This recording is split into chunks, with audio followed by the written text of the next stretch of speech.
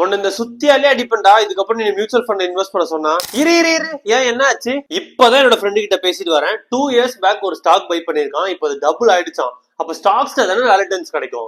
ஆமா, ஸ்டாக்ஸ் தான் நல்ல ரிட்டர்ன்ஸ் கிடைக்கும். அதுக்கு முன்னாடி நான் கேட்கிற கேள்விக்கு பதில் சொல்லு. நீ இப்போ ஒரு 3 மாசத்துக்கு முன்னாடி ஒரு புது கார் வாங்கி 3 months ஓட்ட கத்துக்கிறேன்னு வை. இப்ப சடனா நீ சென்னை டு கன்னியாகுமரி போக வேண்டிய சுச்சுவேஷன் வருது. அப்ப நீ என்ன பண்ணுவ? ஐயோ, நானே 3 months தான் ஓட்டிட்டு இருக்கேன், கண்டிப்பா டிரைவரை போட்டு தாண்டா போயிட்டு வருவேன். அதைத்தான் நானும் சொல்றேன் ப்ரோ. ஸ்டாக்ஸ்ல நீ இன்வெஸ்ட் பண்ணனா ஃபண்டமெண்டல் அனாலிசிஸ் தெரியணும், கொஞ்சம் எக்ஸ்பீரியன்ஸ் எல்லாம் வேணும்.